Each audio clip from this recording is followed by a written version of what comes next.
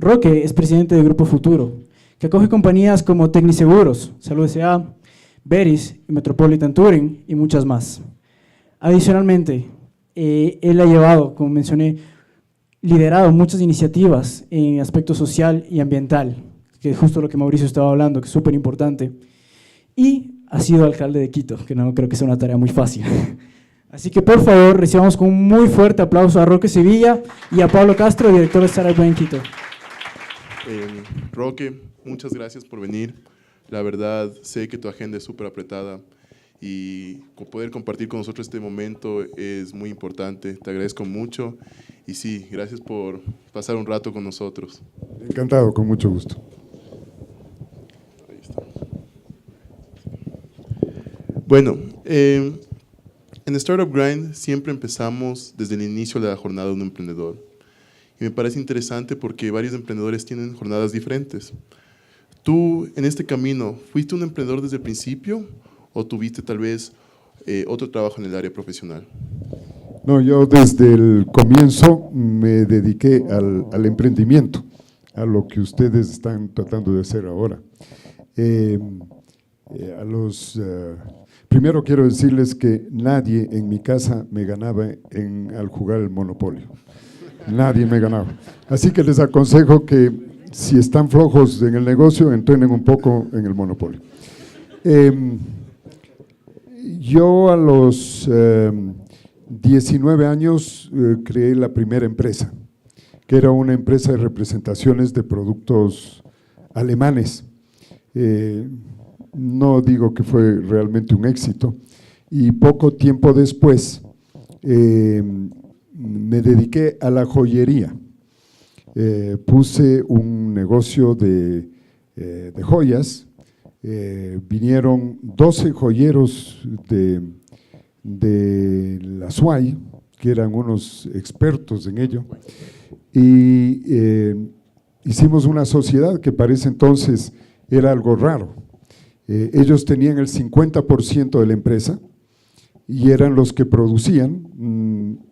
Un amigo mío, Nelson Freile, y yo éramos los vendedores. Nosotros colocábamos el producto y hacíamos la parte administrativa, ellos producían las joyas, y Hernán Crespo Toral, que era el director del Museo del Banco Central, era el que, basado en los diseños muy antiguos de la Tolita, 3.500 años antes de Cristo, con esos diseños reinterpretados, hacíamos joyas nuevas, que para ese entonces, estoy hablando de 1970, ninguno de ustedes nacía todavía, ya estábamos dedicados a esta producción. Y tuvo bastante éxito, nos fue bastante bien, hasta un día que asomaron los 12 joyeros, cada uno con un pasaje, y me dijeron: estamos felices con usted, pero mi tío, que vive en Sydney, nos mandó a todos nosotros un pasaje para que vayamos a trabajar allá. Al día siguiente tuve que cerrar el negocio porque ellos eran los genios que producían estas verdaderas obras de arte. Así que ese fue mi segundo negocio. A los 23 años, tal vez a los 22, fui agente de la Bolsa de Valores de Quito y teníamos un puesto en la Bolsa de Valores de Quito, 3 amigos que éramos compañeros de estudios de economía en la Universidad Católica, y al año éramos el puesto de bolsa más exitoso de la Bolsa de Valores de Quito. Y habían en ese entonces Jaramillo Arteaga, era un cuasi banco muy importante que hacía transacciones de papeles fiduciarios, y la otra empresa era Proinco, que hasta hace poco existía, y les barrimos. Simplemente nosotros hicimos mucho mejor el negocio que estas entidades, porque basamos gran parte de nuestro éxito en la venta. Y yo después quiero insistir en esto de la parte de mercadeo y de comercialización, porque hay veces que se tienen excelentes ideas, pero no sabemos luego cómo colocar el producto. puede que el producto sea excelente, la comercialización falla y eso es la muerte inmediata de las empresas. A los 26 años fue mi entrada en el campo de los seguros, creamos Tecniseguros, que ha sido siempre el corredor de seguros más grande del país. Luego, a los tal vez 26 o 27, compré una compañía de seguros, que era Seguros Equinoxial, se transformó en la compañía número 1 del país. Luego, 2 años más tarde, fundamos Salud S.A., que es la empresa más grande de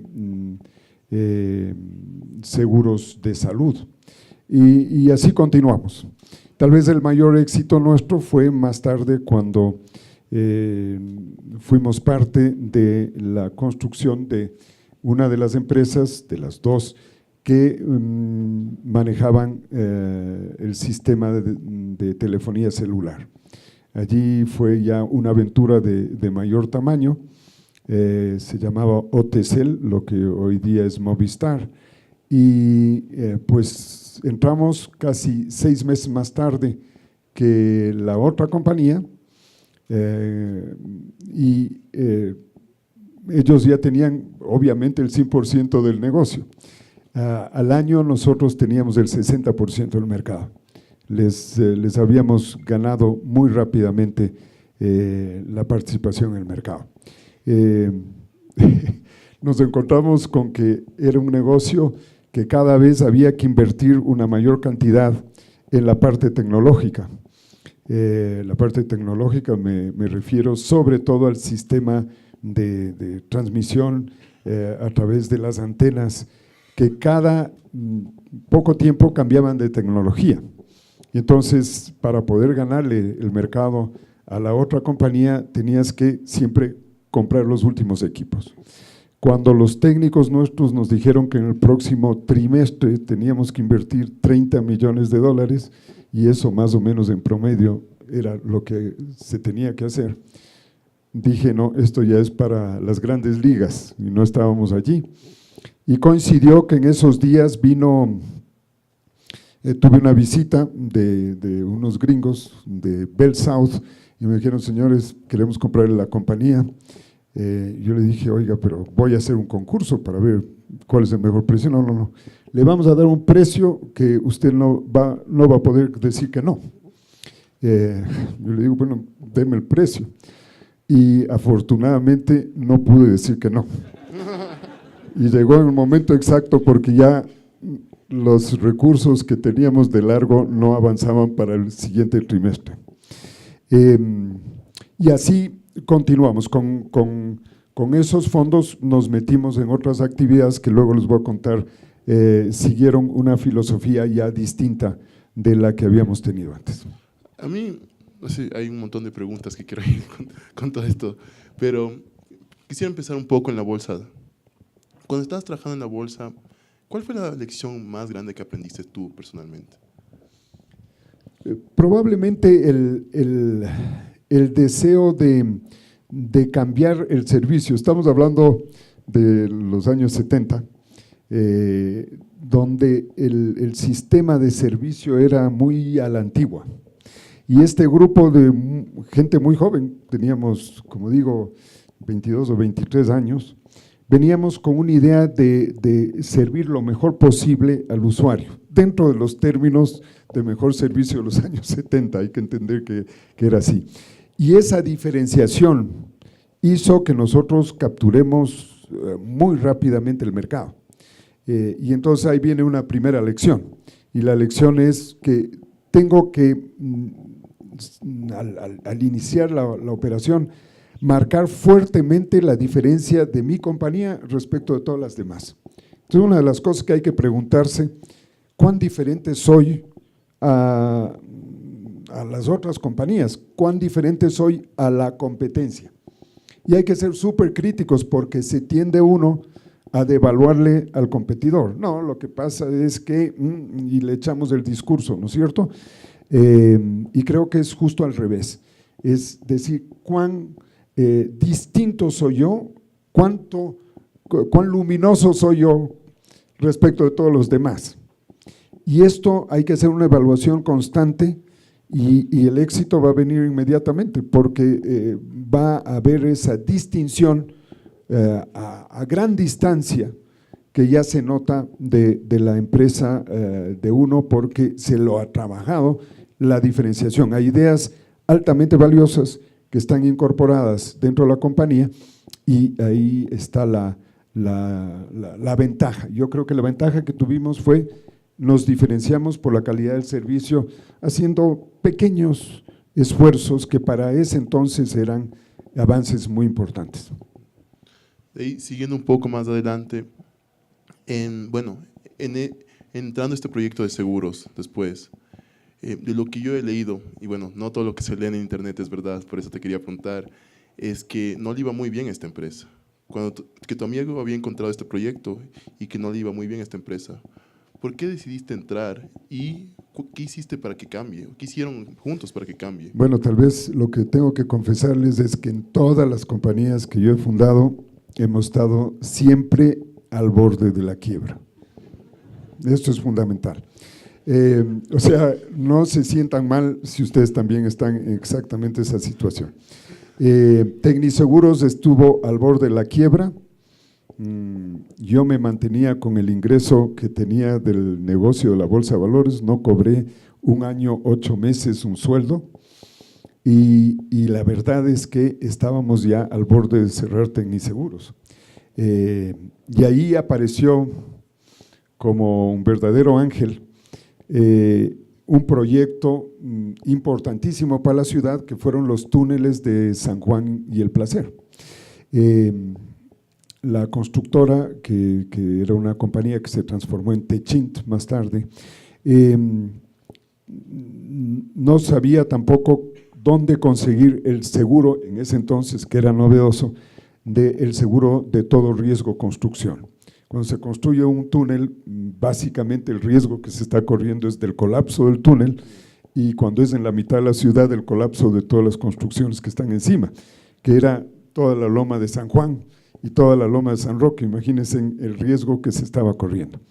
Yo no tenía idea de que era una póliza de todo riesgo contratistas, menos las aseguradoras que tampoco habían vendido eso hasta ese entonces.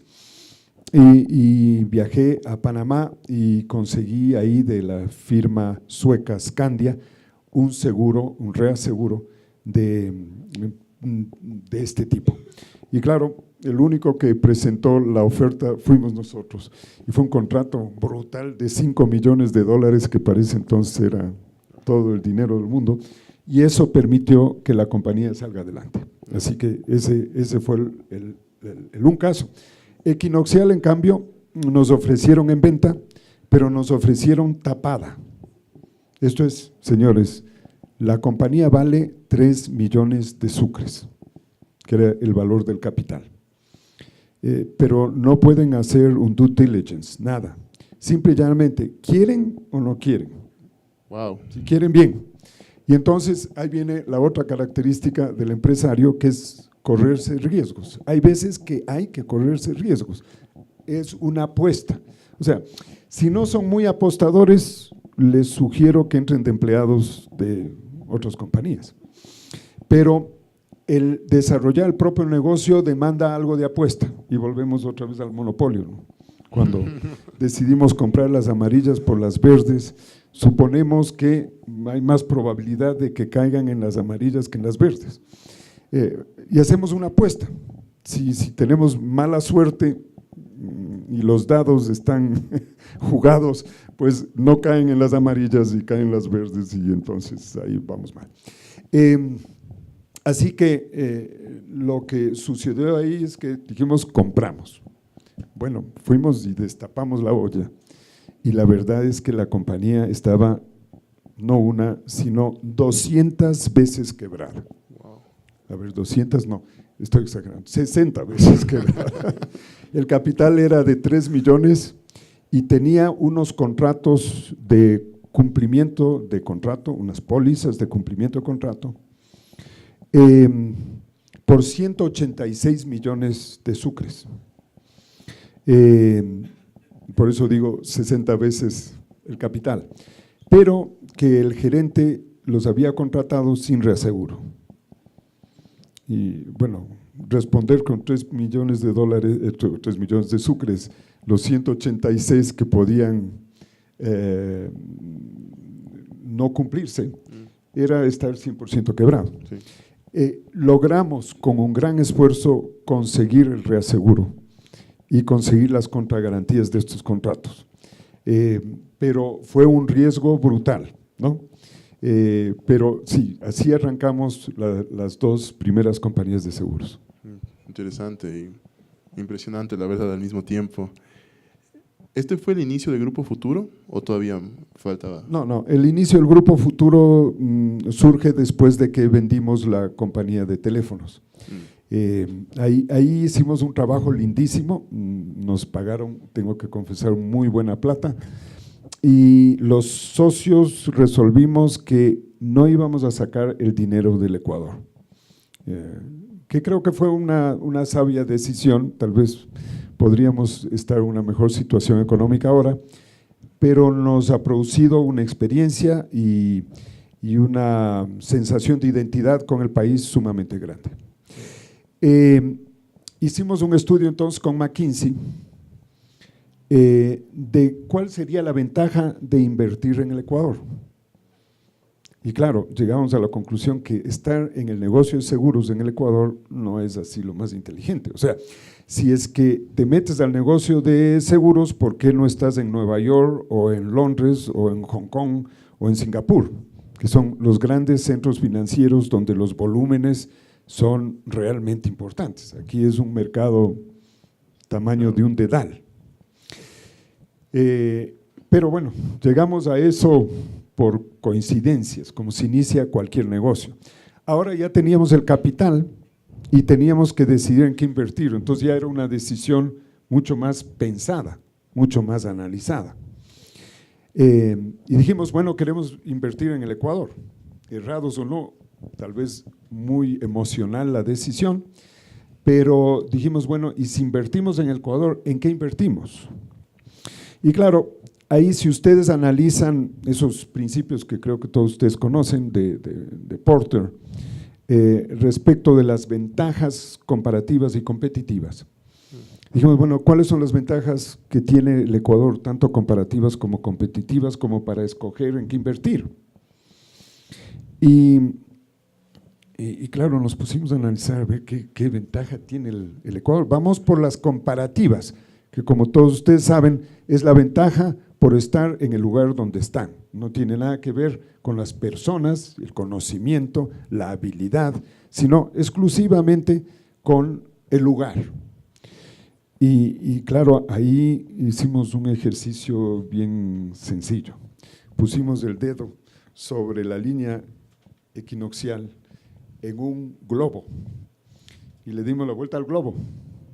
Y vale la pena que ustedes hagan ese ejercicio y se van a dar cuenta que la línea equinoccial pasa por pocos lugares de tierra, un espacio grande brasilero, un espacio importante africano, y ahí prácticamente se acabó. Pasa por algunas islas en Indonesia, la punta de Malasia, y el resto es mar. La mayor parte de la superficie ecuatorial es marina.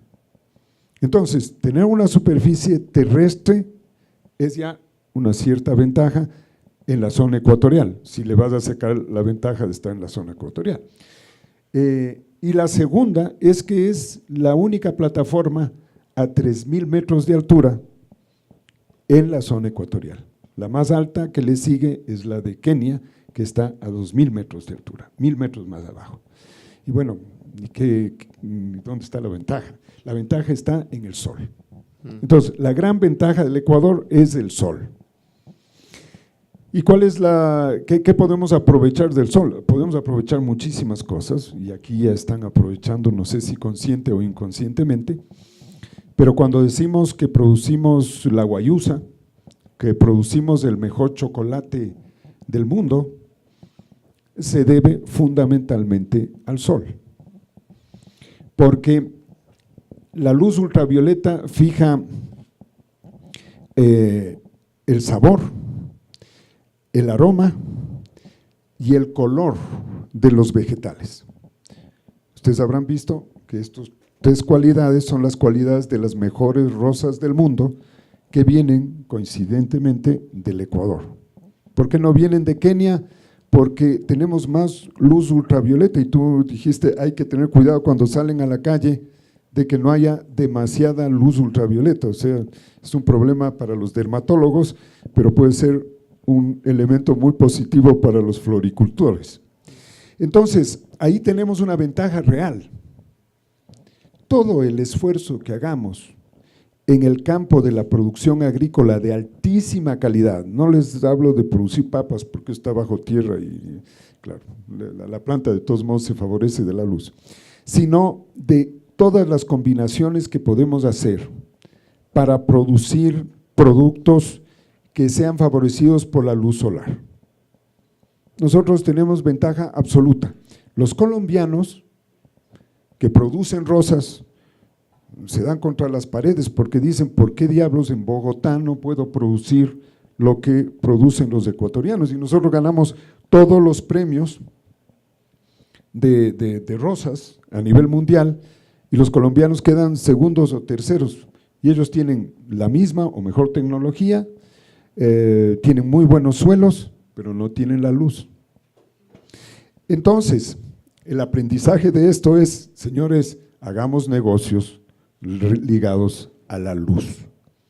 Y esa fue la decisión que tomamos. Entonces, invertimos en rosas, invertimos nosotros en el turismo, y ustedes me dicen, bueno, ¿qué tiene que ver con el sol? Bueno, tenemos el clima más maravilloso, al estar en la zona ecuatorial tenemos 12 horas de luz y clima súper constante, hasta aburrido, ¿no?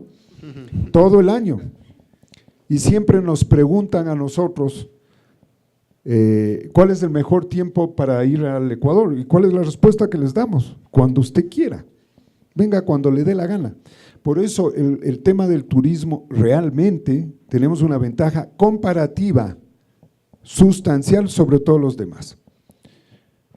Más tarde compramos nosotros Metropolitan Touring, que es la compañía más antigua y más grande de turismo del país, y resolvimos, porque ya nos iba bien en el Ecuador, abrir operaciones en la Argentina, en Chile, y duramos un año. Y cerramos, de nuevo, acuérdense de los fracasos como elemento fundamental del emprendedor. ¿Por qué cerramos? Porque no estamos en la zona ecuatorial. Y resulta que tenemos que cerrar más o menos 4 meses al año, porque el clima es insoportable en las zonas atractivas para viajar, que es toda la Patagonia. Los vientos, ustedes habrán ido allá, en una época, realmente se llevan a la gente. Nosotros vivimos un accidente cuando el guía, que era un gordazo con una mochilaza, al terminar un chaquiñán en las Torres del Paine, pasó la línea de protección y salió hacia el viento y salió volando 30 metros. Físicamente salió volando. Bueno, es un clima que no hay cómo llevar así a los gringuitos a que se paseen por ahí, a lo menos 4 meses al año. Entonces los barcos hay que sacarles del mar y ponerles fuera del mar durante 4 meses o 5 meses.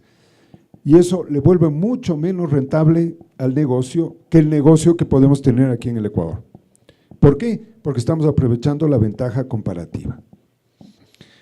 Con esto termino de explicar este tema. Decían que lo mejor que podríamos hacer aquí es trasladar el cabo Kennedy, no el cabo Kennedy, sino el centro de lanzamiento de cohetes en el cabo Kennedy de la NASA, acá al Cotopaxi,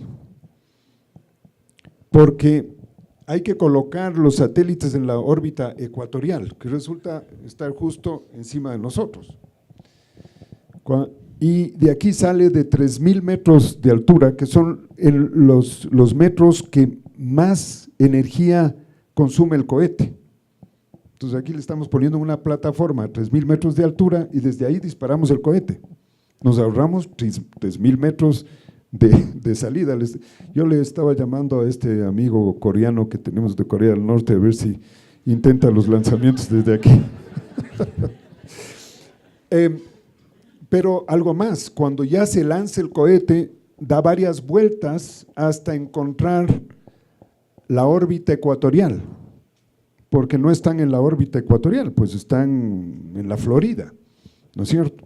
Aquí saldría el cohete y pum, ni bien llega a la parte alta, soltaría el satélite y estaría ya en órbita.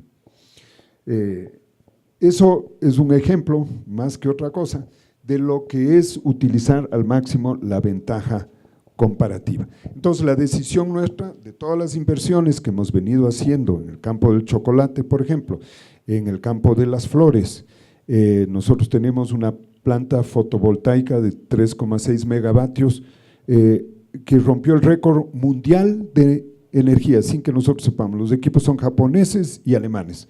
Lo quisimos armarle, conectarle y limpiar los vidrios de vez en cuando. Y en Londres, hace año y medio, nos llamaron a que vayamos a recibir el premio de la planta más eficiente del mundo, porque claro, los productores están conectados vía internet y saben cuánto producimos. Resulta que somos la planta más eficiente del mundo. No porque seamos unos genios los que hicimos esto, sino porque estamos en el Ecuador. Entonces, esto es súper importante porque podemos ir a lo de 2030, deberíamos estar conscientes de esto y dedicarnos a producir ventajas competitivas sobre la ventaja comparativa. Quiere decir que primero tengo un pedestal como esta silla gualinga que me han dado, yo tengo vértigo, me perdonan si me caigo. Desde esta altura que ya me da la ventaja, todos los demás comienzan en el piso, nosotros estamos ya en un pedestal que es la ventaja comparativa. No hemos hecho nada más que nacer en este país o estar en este país para arrancar de allí. Sobre esto, ahora sí, necesitamos conocimiento, capacidad, creatividad, innovación, todos los factores de la ventaja competitiva. Entonces, nosotros resolvimos hacer eso, meternos a negocios donde utilizamos primero la ventaja comparativa y sobre eso construimos todo lo demás. A mí algo… Creo que estoy contestando muy largo. No, la verdad, está perfecto porque hay como 3 preguntas que me vienen a la cabeza. Entonces, sí, está perfecto. La primera que se me viene es, a mí me parece tan interesante el grupo porque tiene diferentes socios, ¿verdad? Y algo muy interesante que estaba leyendo de una entrevista que le hicieron a Steve Jobs, que le hizo Walter Isaacson, que le pregunta, ¿cuál es el mejor producto que hiciste? Y él dijo, la verdad es que no es ningún producto, sino es el equipo que creó los productos. Eso fue lo mejor que pude haber creado. ¿Tú cómo sabes cómo crear el equipo perfecto? ¿Cómo supiste que estas personas eran las correctas para este proyecto y para la misión que tenían y no? Entonces, ¿cómo haces esa decisión? A ver, ahí tenemos que copiarle a la naturaleza. Yo he sido un amante de la naturaleza toda mi vida y observo lo que pasa en la naturaleza. Y los bosques más estables, los ecosistemas más estables son los más diversos posibles. Y entonces hay que sumar diversidad en la organización. Eso le da estabilidad, mucha creatividad. Y por eso yo soy, entre otras cosas, un defensor fuerte de la presencia de la mujer en las organizaciones. Tratamos de que haya una participación igualitaria entre hombres y mujeres. Lo conseguimos, no lo conseguimos a nivel de total, porque hay más mujeres que hombres. Pero curiosamente en los niveles directivos eso ya no funciona, ahí estamos los machitos en mayoría. Y eso estamos transformando ahora. Y en los directorios estamos haciendo un esfuerzo, y el año próximo ya deberíamos cumplir el proceso, de que el 50% de las personas sean mujeres y el 50% sean hombres. Eso genera diversidad, pero también necesitamos diversidad en las habilidades. Es mala idea juntar solo personas que tienen perfecta afinidad con uno, que son idénticas, que además el uno se alaba al otro porque piensa idéntico. Tiene que haber complementariedad y esto es muy importante. La otra cosa que recomiendo muchísimo es que corran el riesgo de asociarse. Si uno tuvo una mala experiencia con un socio, ya no quiere saber nada de eso y es un one-man show, que eso es lo que debe impulsar la empresa y generalmente eso no funciona. Entonces, debemos ver que sean diferentes las personas que vamos sumando al grupo. Y ya cuando tengan directorios tienen que ser todavía más distintos, venir de sectores muy distintos. Ahora estamos introduciendo una nueva norma que espero que sea exitosa y es una diversidad en las edades, porque para ser director tienen que ser o calvos o canosos y tener ya una larga trayectoria y ser hombres. Y todo lo demás no sirve. Un guagua mocoso no le vas a meter a un directorio, porque ahí se toman las verdaderas decisiones. Resulta que si no le meten las mujeres, están renunciando al 90% de los compradores, porque resulta que las mujeres son las que compran casi todo. Y por eso les acusan de aplanar las tarjetas de crédito. Pero ese es el proceso. Si no tenemos el lado del consumidor dentro del directorio, mal podemos interpretar cuál es el producto que queremos producir. Y la otra cosa es la variedad de las edades. Así como deben haber viejos como yo, deben haber jóvenes de 20 años. ¿Por qué no puede haber un director de 20 años en una compañía? Lo que hay que cuidar es que sean personas inteligentes, capaces, que les interese y les apasione el tema que trata ese directorio, pero esa variedad es fundamental. Así que eso ténganlo muchísimo en cuenta en los emprendimientos que ustedes hagan. Súper interesante y creo que es algo que se está viendo mucho más en otros directorios también, y directorios grandes, que ves de diferentes edades, abogados, personas que no tienen nada que ver y tal vez que no tengan voto, pero la opinión que dan en la mesa es muy importante igual. Negrupo también es muy conocido por sus adquisiciones y como tú estás diciendo, tal vez algunas adquisiciones no fueron muy exitosas al principio o no tenían mucho éxito cuando las adquirieron. ¿Cómo supiste esta empresa debemos adquirir y cómo supiste que este iba a ser un éxito?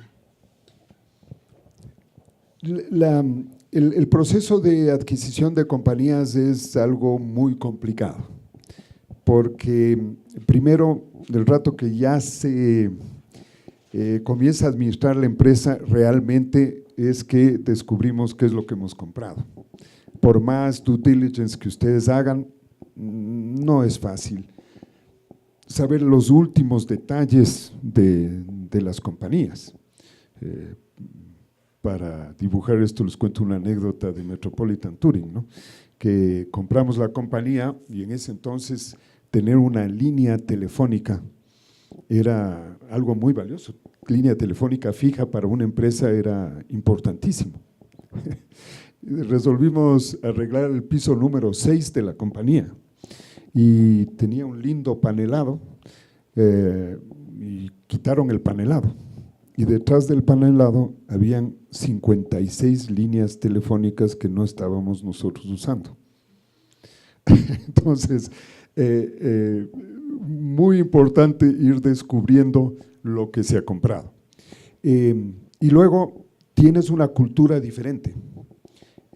Adaptar a la nueva cultura a todo el equipo es algo muy difícil, demanda enorme liderazgo para que los que cambiaron de líder resuelvan seguirte.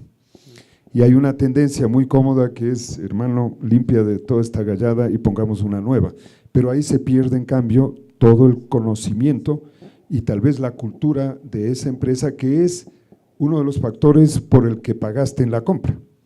Entonces hay que buscarle un balance en ese proceso. Llega un momento de crecimiento de las empresas en que ya el crecimiento orgánico no funciona, ya es marginal.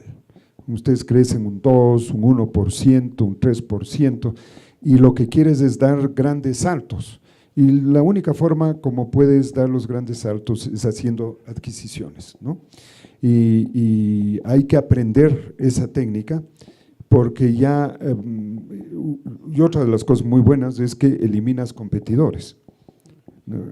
Y la combinación de los dos factores puede ponerte en una posición de preferencia en el mercado sustancial.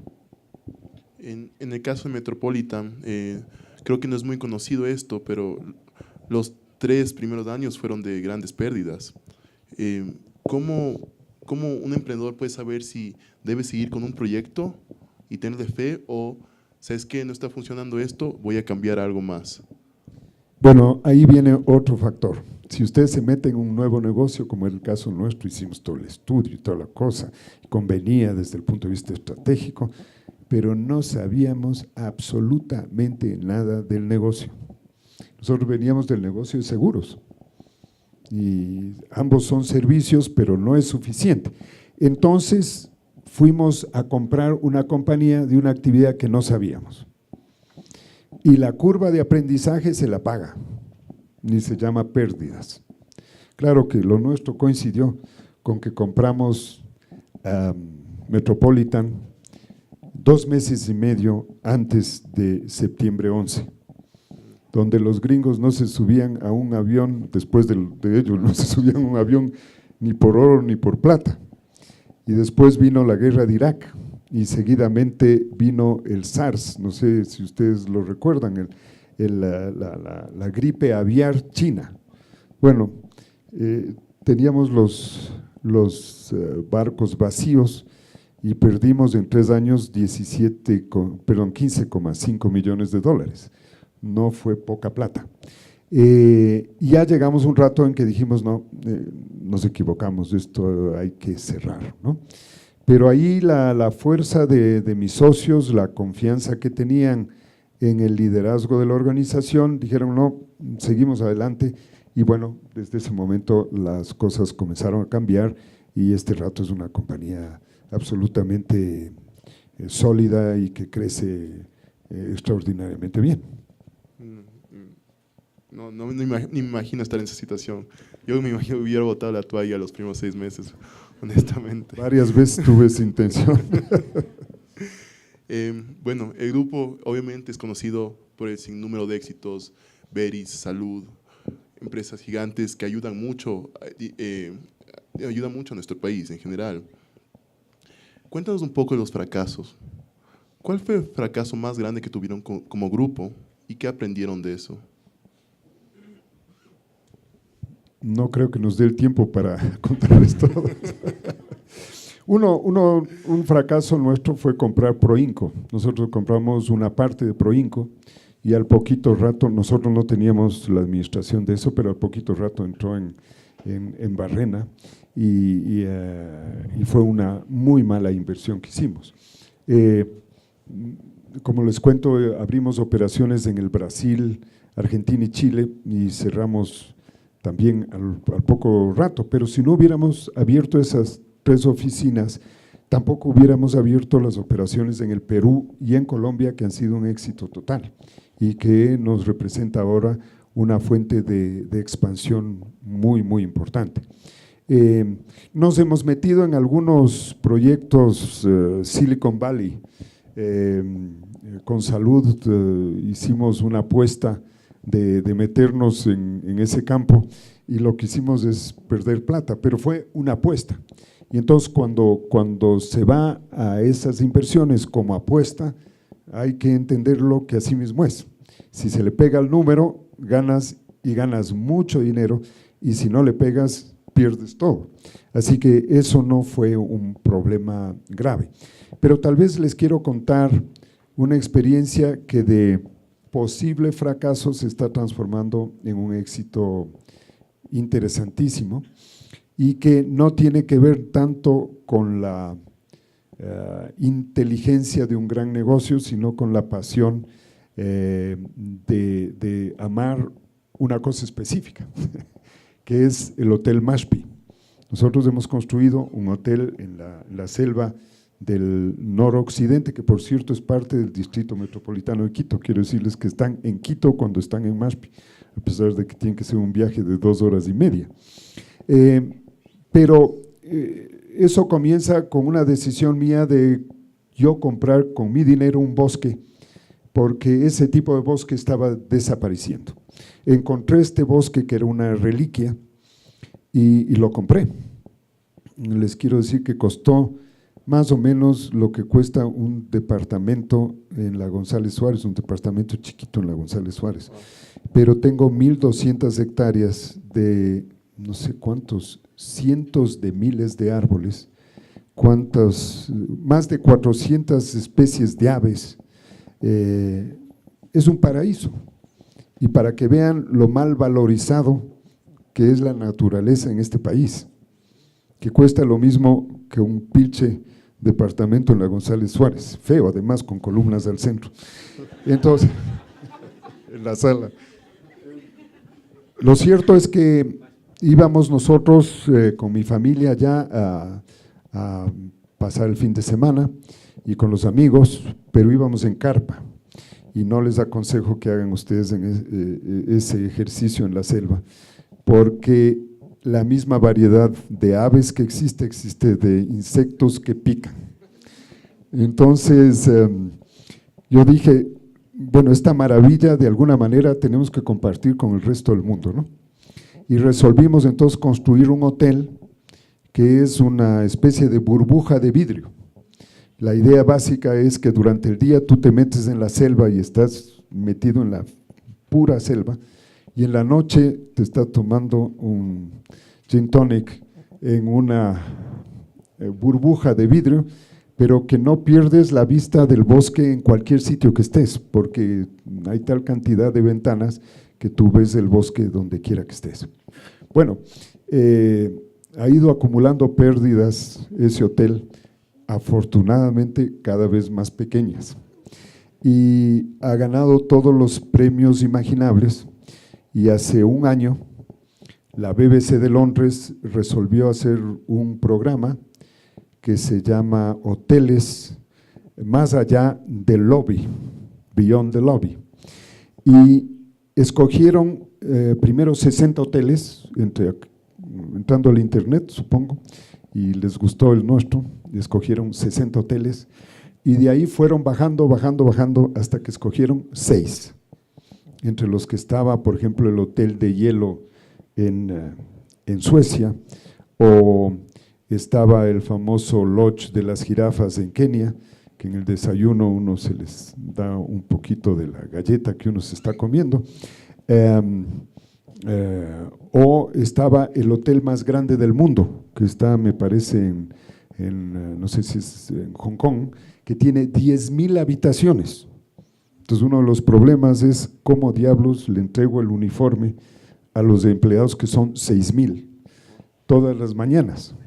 Entonces ahí se ve el sistema totalmente mecanizado que existe para entregar uniformes en base a la huella digital de cada uno de los empleados, que con una riel, el rato que pone la huella digital, llegan miles miles de uniformes, y finalmente llega el de uno, y ahí se agarra esos uniformes para el día. Y entre esos escogieron a Mashpee. Hicieron una película de 1 hora de duración, filmaron 150 horas, a mí me tuvieron ahí sentado 15 horas filmando, y les tengo que decir que les recomiendo que lo vean. Si tienen Netflix de los Estados Unidos, ponen ustedes Hoteles Beyond the Lobby y ponen Mashpee y va a aparecer ahí la película. Vale la pena verlo porque ustedes como ecuatorianos se van a sentir sumamente orgullosos.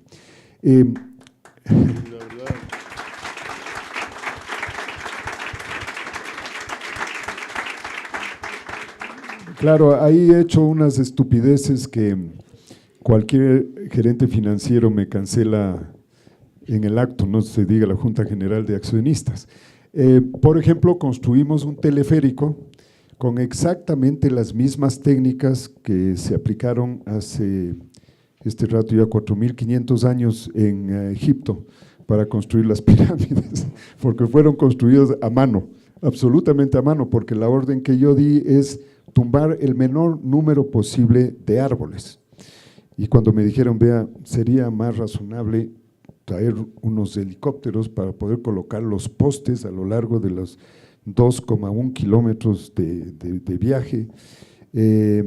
Llamamos a unos pilotos de helicópteros, nos dijeron, aquí no nos metemos ni de fundas, porque la neblina entra y sale ahí constantemente, de tal manera que o era a mano o no había teleférico. O sea, creo que es el único teleférico construido a mano. Así que cuando vayan por allí, corran ustedes el riesgo de mecánica nacional construida a mano. Pero es súper seguro, les quiero decir. Así que ahí vemos un proyecto que en sí mismo, desde el punto de vista puramente económico, ya le calculamos, va a tener una tasa interna de retorno del 6, del 7%, no va a pasar de eso. De tal manera que no es un éxito económico, pero es un éxito en la visión más amplia. Y esto es algo que vale la pena que los negocios de ustedes también lo consideren. A mí me preocupa, yo soy presidente de Endeavor, que lo que busca es que sean empresas que crezcan exponencialmente. De vez en cuando les aconsejo que tengan una empresa que no crezca exponencialmente, porque pueden hacer cosas maravillosas. También hay que ver la parte humana, la parte de la naturaleza, la parte de las emociones y los grandes placeres que les puede producir a ustedes transformar una ilusión en una realidad.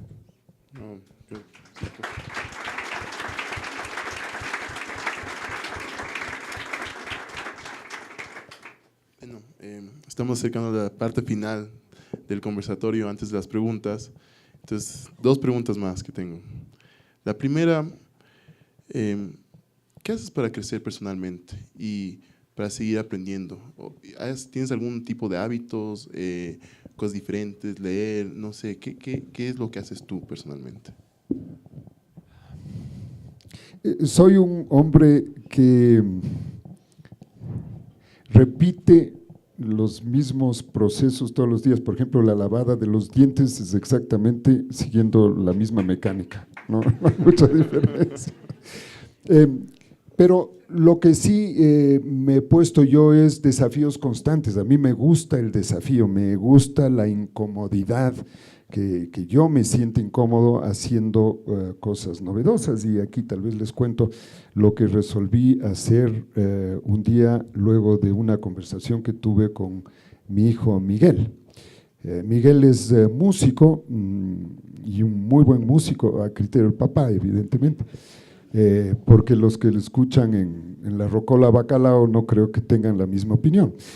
Pero Miguel toca muy bien el piano y un día estaba tocando una pieza de Gershwin que es bien difícil de tocar porque creo que Gershwin tenía una manota y hace unas escalas no de octavas sino de décimas y eso es muy difícil, o sea, tocar con un dedo una tecla y el otro con una tecla que esté a 10 teclas de distancia, pues es muy difícil. Miguel lo estaba tocando y lo estaba tocando muy bien y le digo, oye, ¿qué no diera yo por tocar el piano como tú tocas?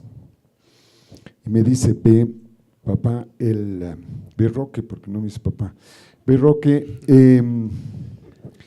el abuelo murió de 98 años, vos tienes 68, tienes los mismos genes, a no ser que te caiga un baúl encima del cráneo, lo más probable es que llegues a los 100. Por tanto, ahora que tienes 68, te quedan la bicoca de 32 años para aprender a tocar piano. Yo aprendí hace 14 años y toco como toco en 14 años. Y le dije, tiene toda la razón, capaz que logro eso. Entonces contraté al día siguiente una profesora de piano. y ahora todos los días toco 1 hora de piano. No les aconsejo que escuchen mis conciertos, pero la satisfacción personal que tengo de poder tocar Chopin o poder tocar Bach o Mozart o un pasillo es fabuloso. No sé leer nota porque me parece un esfuerzo gigantesco. Me aprendo de memoria las piezas y bueno, ya toco 17 piezas. Así que puedo dar un concierto de 17 piezas, pero sin público. Increíble. No, sí, impresionante. Y bueno, antes de la última pregunta, por favor, tengan listas sus preguntas, que vamos a pasar el micrófono. Entonces, si quieren preguntarle algo a Roque, esta es una increíble oportunidad. Bueno, generalmente acabamos nuestras charlas con lo que cada emprendedor quiere dejar como legado. O sea, cuál es su misión, cuál es su propósito y especialmente cuál es el cambio que quiere lograr con todo el trabajo y esfuerzo que está haciendo. Bueno, el primer legado que yo quisiera dar como compatriota de ustedes, como ecuatoriano, es el amor por el país. Yo creo que eso, en un país tan bonito como este, creo que no es muy difícil. Cuando uno se recorre el país, se queda maravillado de la belleza del mismo. Yo viví muchos años en Alemania y realmente extrañaba desde la luz hasta los paisajes. Vivía en una ciudad plana, absolutamente plana, que es Hamburgo, con un clima horroroso, no se veía el sol sino unos pocos días al año, y entonces la ilusión de volver al país y tomar un jugo de naranjilla, por ejemplo, era absoluta y total. Entonces, la primera cosa es identificarse con el lugar que ustedes viven. Eso creo que es lo primero. La segunda cosa es darse un poco de tiempo para lograr los objetivos. Por eso cuento lo del piano. El piano es una cosa de repetir y esforzar y repetir. Y a ratos mi hijo me dice, papá, do, no fa. Por Dios, el dedo está en el sitio que no corresponde. Y he hecho miles de ensayos para tocar bien y de golpe me equivoco. Entonces, darse el tiempo y también perdonar la equivocación que uno se hace. Hay veces que somos muy exigentes con nosotros mismos y no nos damos chance a la equivocación.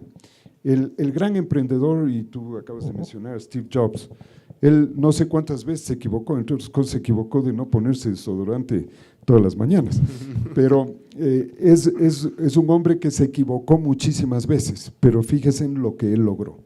Así que ese sería el segundo recomendación o legado que yo quisiera dejar. Equivocarse es humano y es aceptable, y el que corre riesgos se equivoca. Y el tercer legado es lo que hagan, háganlo con la máxima pasión. Si están haciendo algo que no les ilusiona, mañana mismo dejen de hacerlo. No, solo hagan aquellas cosas que realmente les apasiona, porque la probabilidad de éxito es del 99%. Si están haciendo algo que no les llena el corazón, el alma, dejen de lado eso. Tiene que haber pasión verdadera, cosa que los amigos, la novia, la esposa o el esposo digan, oye, no tienes más que eso en la cabeza, por Dios. Bueno, ese apasionamiento es necesario para el éxito. No pueden andar a medio gas. Si están a medio gas, cambien y busquen otra actividad que realmente les vuelva locos a todos ustedes. Bueno, muchas gracias, Roque, por favor, un gran aplauso. Sí, increíble, la verdad, muchas gracias. Y ahorita, empecemos con las preguntas.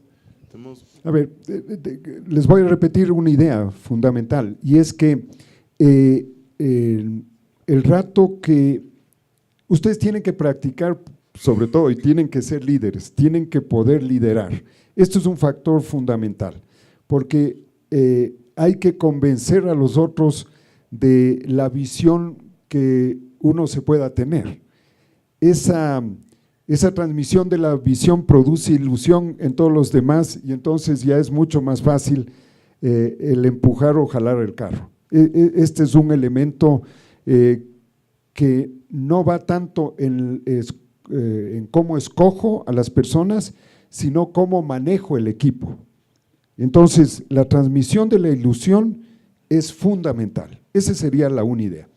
La segunda idea es tolerar las diferencias, pero hasta un determinado grado en que ustedes vean que hay eficiencia en eso. Y no tener miedo, yo he sido maleta en eso, tengo que confesar, no detenerse en, ahí sí aplicar la técnica Trump, you are fired. O sea, el rato que el tipo no, o la persona, la mujer, el hombre no funcionan, chao, chao pescado. Eso es importante. Ahora, hay que buscar el momento oportuno para decir chao. Puede irse una persona con gran cantidad de información y simple y llanamente por una reacción violenta mía, puedo perder información altamente valiosa de la organización que me es muy difícil recuperar. Ese sería el segundo consejo. El tercero es que conforme vayan creciendo el grupo, una parte de la responsabilidad de mirar a las personas que contratas sea las múltiples entrevistas y traten de que haya igual número de hombres y mujeres entrevistando. Las visiones pueden ser bien distintas porque las sensibilidades de cada uno sobre temas diferentes son distintos. Y luego, finalmente, hay personas que tienen un sexto sentido para seleccionar las personas hábiles. Traten de conseguir esa gente cerca. Y ustedes lo van a identificar rápidamente. Personas primero que conocen a mucha gente, pero además que pueden identificar claramente la personalidad de esos individuos. Eso ayuda mucho a la buena selección. Cuando las empresas se vuelven ya grandes, nosotros tenemos 3,700 empleados, se imaginarán cuánto sé de ellos. O sea, yo conozco un buen número, pero la selección se hace ya siguiendo una serie de normativas que hemos impuesto en la organización. Finalmente, hay un trabajo de coaching constante y de preparación del equipo ligados a una filosofía. Y esa filosofía tiene que ser una filosofía de ilusión, de ganas de estar allí, de sentirse orgulloso de la organización a la que pertenecen. Y entonces hay otros elementos que no necesariamente son económicos, son los valores que ustedes tienen que tener perfectamente marcados en la organización. No hay cosa que más daño haga a una organización que unos jefes sin valores. Eso es fatal. Entonces, el cuidado de los valores dentro de la organización tiene que estar claro. Y cuando ustedes crean las organizaciones, primerito piensen en 2 o 3 valores y conforme van viviendo la vida de la organización, vayan sentando valores. Nosotros tomamos una decisión en el año, me parece que era 89, de salirnos del negocio estatal en seguros. Eso es la mitad del mercado, un 40% del mercado. Porque veíamos que la contratación pasaba por un proceso de corrupción absolutamente marcado. Y de la noche a la mañana dijimos, aquí no seguimos, aquí hay un valor que nosotros respetamos, que es la honradez, y nosotros no hacemos un solo negocio con el Estado. Fue una decisión sumamente difícil, pero nos dio orgullo, nos dio tranquilidad, nos dio estabilidad y sabemos exactamente la línea que debemos recorrer. Y como esos, hay muchos otros valores que nosotros este rato los tenemos perfectamente claros y que eso hace que se formen equipos e identidades, pero también logras una cosa, que hay mucha gente que quiere venir a trabajar contigo y mucha gente buena. Y allí el estar en contacto con las universidades, ir a conversar en las universidades, decir, a ver, ¿sabe qué? El mejor estudiante que tenga de marketing, el mejor estudiante de ingeniería, el mejor estudiante de medicina, esos quiero que vengan a hacer prácticas donde mí. Entonces vienen 6, 8, 10 chicos y ya les ves en el trabajo cómo se desempeñan y ya rápidamente notas sus enormes cualidades o que son unos badulaques a la vela. Entonces, a eso los rechazas y vas escogiendo de esa manera. Yo creo que hay algunas técnicas que puedes aplicar para que la selección sea de los mejores y ese sí es un trabajo que hay que hacer todo el tiempo. No tengan mediocres en la organización, eso es fundamental. Voy a contestar la segunda primero. La pregunta constante al jefe es porque el jefe no afloja la rienda. Entonces, lo primero que hay que hacer es aflojar la rienda. Decirles, compadre, usted va a hacer este proyecto solo. Venga y cuénteme el resultado. Oye, espérate, el tipo nunca ha hecho nada, va a embarrarle, ¿no? Y entonces, hay el jefe que está constantemente vigilante y ese jefe es fatal. Ese jefe no permite el crecimiento de la organización. Entonces, hay que hacer ejercicios expresos de aflojar. Es como los papás que no quieren dejarles a los guaguas que crezcan, ¿no? Y el papá y la mamá que quieren tenerlos como la gallina, los pollitos, bajo las alas. Lo mismo sucede en las empresas. Y la base de todo esto es la confianza. Y entonces hay que tener confianza con todos los empleados. Y te cuento una anécdota de esto. En Tecniseguros, un día de esos decíamos que no funcionaba el sistema, en ese entonces no teníamos email, el sistema de entrega de cartas de los mensajeros que iban en motocicletas. Y entonces nos reunimos los gerentes que en la vida, bueno, yo sí porque fui casi campeón de motocross, pero todos los demás no se habían subido a una moto en sus vidas. Y entonces nos sentamos a decidir cómo debían hacer los mensajeros para distribuir de manera correcta el correo. Y alguien dijo, oigan, ¿no será mejor que esta reunión sea de los mensajeros? Y que les sentemos y les escuchemos a los mensajeros una discusión entre ellos de qué medidas deberíamos tomar como empresa para que ellos puedan entregar mejor la correspondencia. Bueno, no saben el éxito que fue. Estamos cometiendo unos errores, pero elementales, porque nosotros no conocíamos los problemas de tráfico, la unidireccionalidad de unas vías, cómo funcionan las motos, qué se hace cuando cae un aguacero. Bueno, ellos sí sabían exactamente lo que pasaba. Entonces, les escuchamos a ellos y ellos dieron la solución. Nosotros lo único que hicimos es autorizar que se haga lo que ellos han dicho. Entonces, la confianza es un factor que permite rápidamente que sin que tengas tú que estar viendo los detalles, la organización funcione perfectamente bien. Eso lo uno. Lo segundo se refería a los socios, me parece, ¿no? Allí también el factor que tiene que estar claro es qué vale más en la relación con mis socios. En el caso nuestro, era una sociedad de amigos, no era una sociedad familiar. En el caso tuyo es un caso de una empresa familiar, pero se aplica el mismo tema.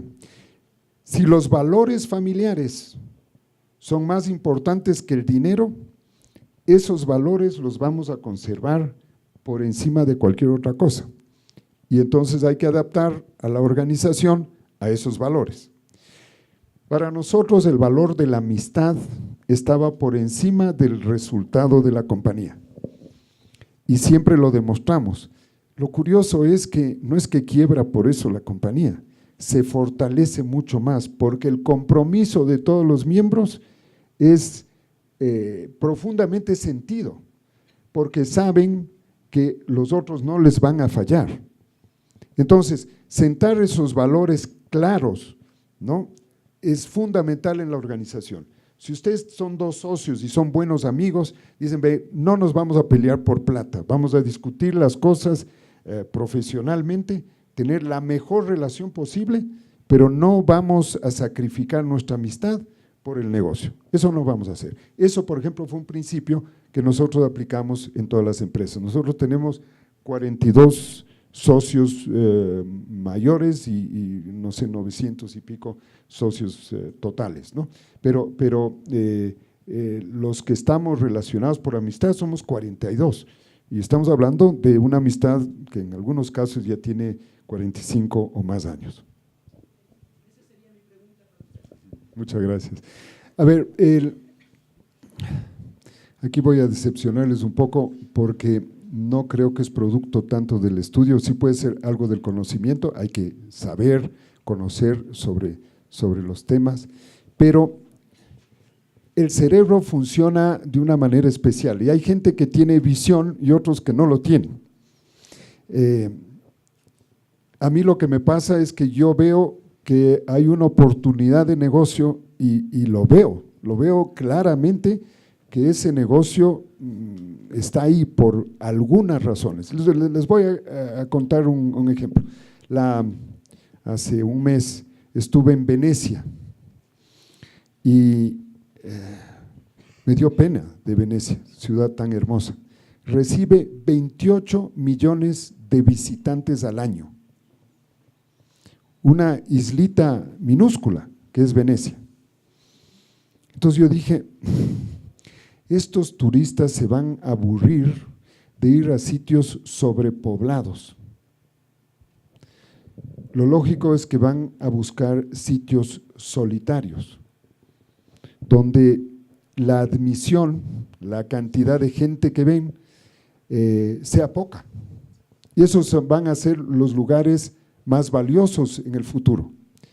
Todavía no están viajando sino poquitos chinos, todavía no están viajando sino poquitos indios. El rato que ellos se incorporen en los mismos números que los europeos, o proporción de población que los europeos o los americanos, el planeta va a estar invadido de turistas. Y ahí resolví buscar los sitios más alejados posibles, pero que sean de altísimo valor, para ahí hacer proyectos turísticos. Entonces me he pasado estos últimos días yendo a unos sitios como por ejemplo San Vicente de Caguán. ¿Sí han oído eso? ¿Han oído del Mono Jojoy? Ah, eso sí han oído. O de Manuel Marulanda Tiro Fijo. Bueno, esa zona era ocupada por las FARC, era la base de las FARC, pero tiene uno de los sitios más maravillosos en un pueblito chiquitito que se llama La Macarena, donde hay el famoso río Cristal, o el río donde se disolvió el arco iris, lo llaman, porque es de miles de colores. Bueno, ahí no va nadie porque en ese río se bañaba el Mono Jojoy hasta hace pocos años, ¿no? Eso estaba ocupado por la guerrilla. Y entonces nosotros estamos yendo a esos lugares que todavía están absolutamente intactos y desarrollando ahí proyectos de enorme responsabilidad ambiental, muy cuidadosos, pero que van a ser unas verdaderas joyas en el futuro. Te cuento esta historia para poder analizar cómo se tiene la visión. Tú ves que están pasando una serie de cosas, sacas unas conclusiones y el que se encarga de hacer todo este análisis es el seso de uno, ¿no es cierto? Y de golpe dices, no, por ahí tenemos que irnos, porque hacia allá hay la oportunidad. Entonces, la persona que no tiene visión no necesariamente va a hacer negocios creativos, o nuevos, o distintos, o diferenciados. A ese le toca copiar, y hay muy buenos copiadores. O sea, Esa es la otra forma de hacer negocios. Ves un proyecto que es de alta inventiva, yo le copio, porque yo no tengo la visión, pero le voy a copiar, le está yendo bien y entonces le copio. Y el mejor ejemplo de eso son los helados en Salcedo, que habrán visto que hay una heladería al lado del otro, hay un payaso con la boca abierta que está esperando el resto del helado. Ahí no hay nada de inventiva, todos los helados son idénticos, ¿no es cierto? Pero ahí lo que hay es copia. Entonces, o te vas por la copia o te vas por la creación de algo realmente novedoso donde tú ves una oportunidad. Bueno, va a ser esta la última pregunta, pero Roque se va a quedar aquí. Hay un área de networking. Hasta las 3:30 de la mañana. Entonces sí tienen tiempo para acercarse, acérquense y sí, para empezar un poco también el networking. Entonces la última pregunta, creo que alguien acá atrás teníamos. A ver, ustedes cuando escogen la guayusa, escogen porque es un producto totalmente diferenciado y que solo por el momento se produce aquí, ¿no es cierto? Eso te da una ventaja, primero comparativa, porque solo se produce aquí. Hay que tener cuidado de que no lo lleven al África y de golpe lo puedan producir también allá. Eso va a suceder probablemente cuando ya el éxito de la guayusa es total. Pero ustedes están partiendo de una ventaja clarísima y tuvieron la visión de escoger ese producto y ponerlo en el mercado mundial. El límite de crecimiento está ligado primero a un excelente marketing que tienes que tener y que realmente el anuncio que tú haces produzca en el cuerpo las bondades que tú anuncias.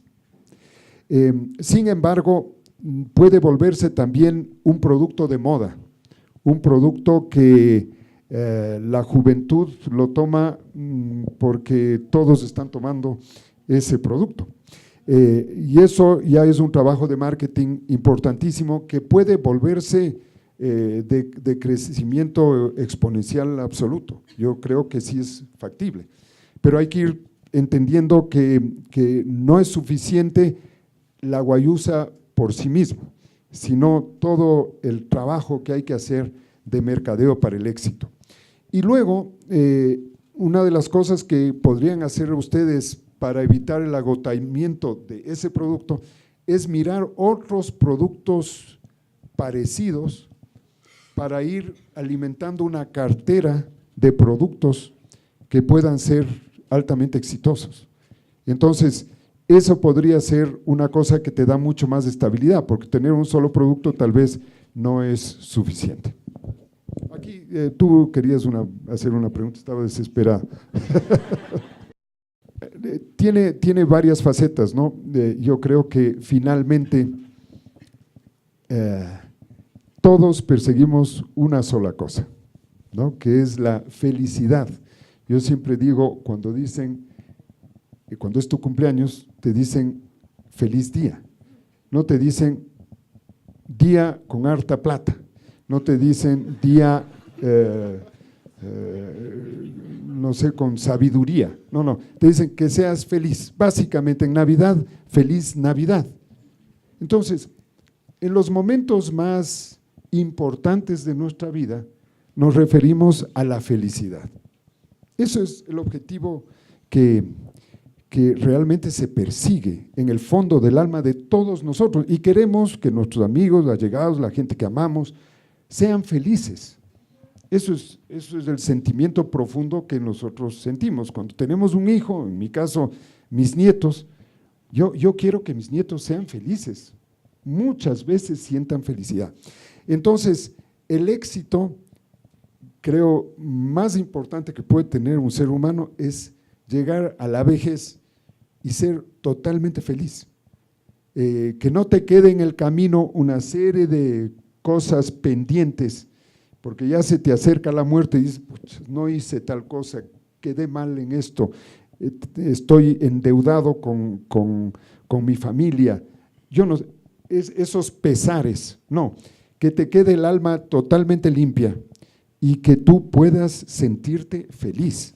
Ese es el trabajo de fondo que les aconsejo que hagan por encima del trabajo empresarial. Olvidémonos del éxito de la empresa. Lo más importante es tratar de ser feliz. Yo por eso soy un seguidor absoluto del rey de Bután, que él dijo, olvídense del Producto Interno Bruto, el crecimiento del Producto Interno Bruto, no me interesa. Me interesa todos los años hacer unas encuestas y consultarle al pueblo butanés si son felices o no son, o si están más felices que antes. Y el índice de felicidad es el que vamos a perseguir. Y como nación vamos a dedicarnos a eso, a buscar la felicidad. Lo demás es menos relevante. Yo sé que estamos hablando de otra cosa aquí, pero en el fondo el objetivo final es tratar de ser feliz en la vida. Bueno, muchas gracias, Roque.